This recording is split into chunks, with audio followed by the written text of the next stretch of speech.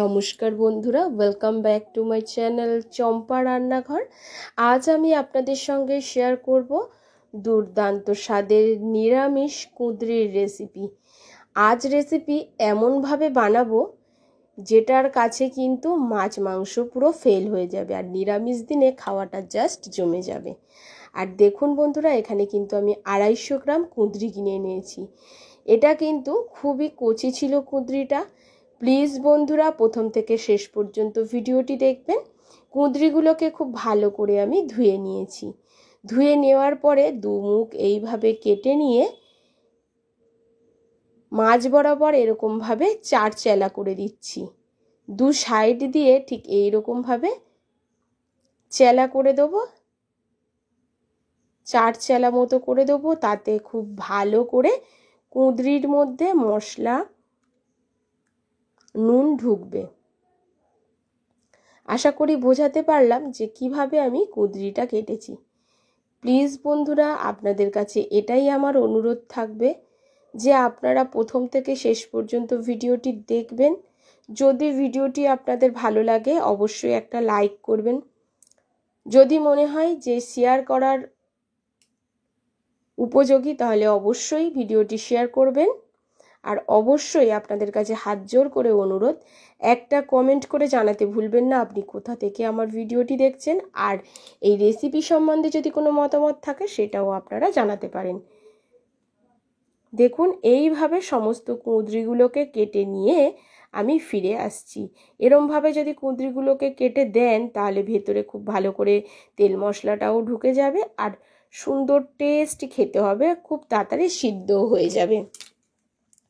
সমস্ত কুঁদরিগুলোকে ঠিক এইভাবে কেটে নিয়ে আমি চলে এসেছি। গোটা গোটাই আছে, কিন্তু এপাশে আর ওপাশে, মাথা আর পেছন দিকে, মানে দু পাশে কিন্তু আমি 4 চেলা করে কেটে নিয়েছি। এখন কুঁদরিগুলোর মধ্যে আমি লবণ হলুদ মাখিয়ে কিছুক্ষণ ম্যারিনেটের জন্য রেখে দেবো। চলে যাব একটা স্পেশাল মশলা বানাতে, যে মশলাটা ছাড়াই কিন্তু আজকের এই কুঁদরির রেসিপি একেবারেই অসম্পূর্ণ। আপনারা একবার খেলে বুঝতে পারবেন বন্ধুরা এর কি স্বাদ। এখন একটা কড়া বসিয়ে নিচ্ছি, আর কড়ার মধ্যে দিয়ে দিচ্ছি 2 চামচ পোস্ত।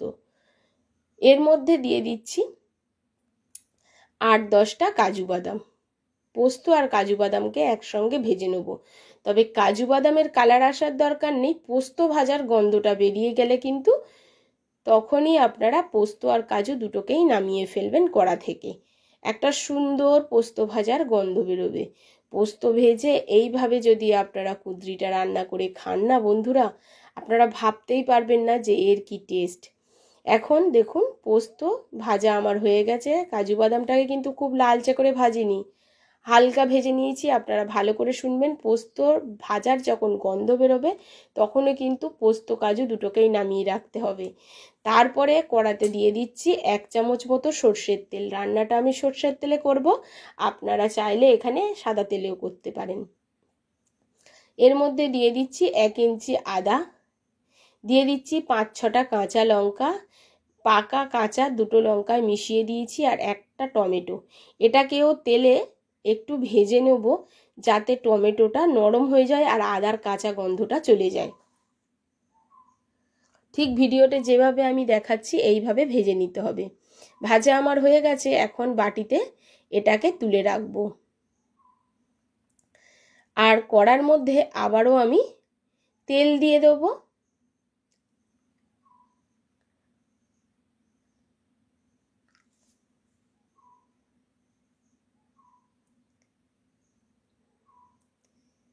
এবারে একটু বেশি পরিমাণ তেল দিলাম, প্রায় 2 চামচ মতো তেল আমি কড়াতে দিয়ে দিয়েছি। এখন কড়াতে দিয়াতে তেলটা গরম হলে যে কুঁদরিগুলোকে আমি লবণ হলুদ দিয়ে মাখিয়ে রেখেছিলাম সেগুলোকে আমি তেলের মধ্যে দিয়ে দেবো, আর এটাকে খুব ভালো করে ভাজতে হবে।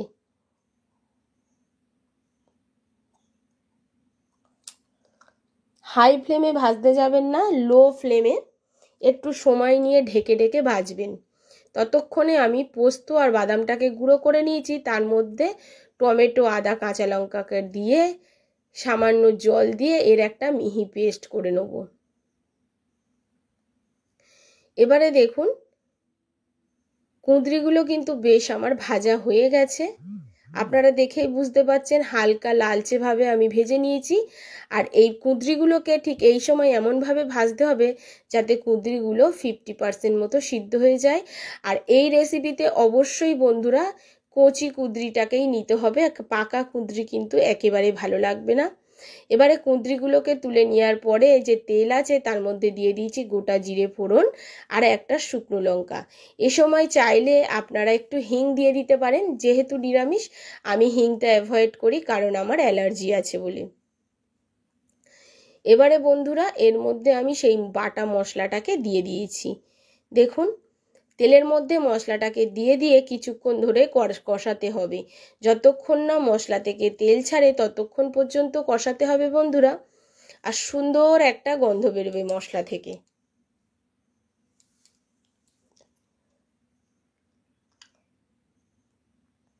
এই মশলার মধ্যে আমি কিছু জিনিস অ্যাড করব, দিয়ে দেব পরিমাণ মতো লবণ। মাথায় রাখবেন কুঁদরিগুলো ভাজার সময় লবণ দিয়েছিলাম, সেহেতু লবণটা একটু বুঝে শুনে অ্যাড করবেন। এবারে দিয়ে দিচ্ছি হলুদ গুঁড়ো। এখানে আমি যেহেতু 4-5টা কাঁচা লঙ্কা বেটে অ্যাড করেছি সেজন্য এখানে আমি ঝাল লঙ্কার গুঁড়োটা ব্যবহার করব না। আপনারা ঝাল সম্পূর্ণ আপনাদের যেরকম ভালো লাগবে সেইভাবে দেবেন। আমি এবারে শুধু কালারের জন্য দিয়ে দিলাম কাশ্মীরি লঙ্কার গুঁড়ো 1 চামচ। এবারে একটুখানি কষিয়ে নিয়ে যেহেতু তলাতে লেগে যেতে পারে মশলাটা, সেজন্য সামান্য একটু জল দিয়ে মশলাটাকে আবারও একটু কষিয়ে নেব। জল দিয়ে মশলা যদি লো ফ্লেমে কষানো যায় তবে কিন্তু সেই তরকারির টেস্ট আরও দ্বিগুণ বাড়ে।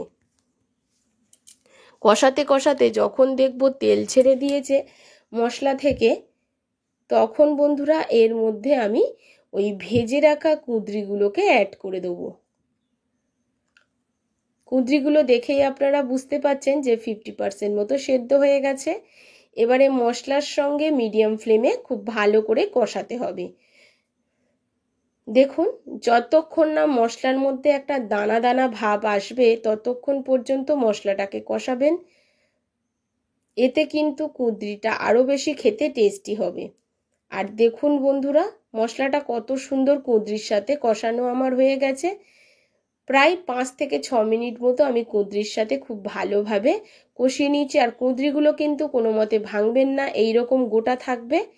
এবারে এর মধ্যে আমি মশলার বাটি ধোয়া জল দিয়ে দিচ্ছি 1 বাটি মতো। আরও একটু জল দিয়ে এটাকে ঢাকা চাপা দিয়ে 5 মিনিট মতো রেখে দেবো লো ফ্লেমে। তো ঢাকা চাপা দিয়ে 5 মিনিট মতো রেখে দিয়েছিলাম, তো সেই ভিডিওটা আমার ক্যাপচার করা হয়নি, তার জন্যে আমাকে ক্ষমা করে দেবেন বন্ধুরা। তো আপনারা ঠিক এই টাইমে ঢাকা দিয়ে রান্না করবেন, জল দেওয়ার পরে ঢাকা দিয়ে 5 মিনিট মতো রান্না করে নেবেন লো ফ্লেমে, যাতে তলায় লেগে না যায়। একটুখানি তুলে একবার দেখে নেবেন। ঢাকাটা তুলে নেওয়ার পরে আমি একটু চেক করে নিয়েছি লবণটা ঠিকঠাকই ছিল। এবারে একটু টেস্টের ব্যালেন্সের জন্য দিয়ে দিয়েছি চিনি। আর একটা কুঁদরি ভেঙেও আপনাদেরকে আমি দেখিয়ে দেবো যে কত সুন্দর সিদ্ধ হয়েছে। উপর দিয়ে মনে হবে একটু শক্ত কিন্তু ভেতরে বেশ নরম হয়ে যায়। এই রান্নাটা দেখুন, অবশ্যই বাড়িতে কিন্তু বন্ধুরা এইভাবে একবার কুঁদরিটা রান্না করে আপনারা খেয়ে দেখবেন, ভীষণই টেস্টি হয় বন্ধুরা। আমার কথা শুনে না বাড়িতে একবার বানিয়ে আমাকে কমেন্ট করে জানাবেন। আর কতটা সুন্দর হয়েছে দেখুন কুঁদরিটা। আশা করছি আমার আজকের এই কুঁদরির একদম নিউ রেসিপি আপনাদের খুবই ভালো লেগেছে। আর সবার লাস্টে দিয়ে দিচ্ছি সামান্য একটু গরম মশলা। আর দেখুন বন্ধুরা কালারটা দেখুন কত সুন্দর হয়েছে।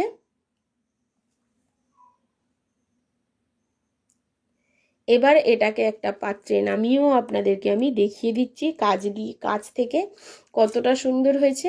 আশা করছি আমার আজকের এই কুঁদরির রেসিপি আপনাদের ভালো লেগেছে। নমস্কার বন্ধুরা, সুস্থ থাকবেন আর ভালো থাকবেন। আজ এই পর্যন্ত, আবারও দেখা হবে অন্য কোনো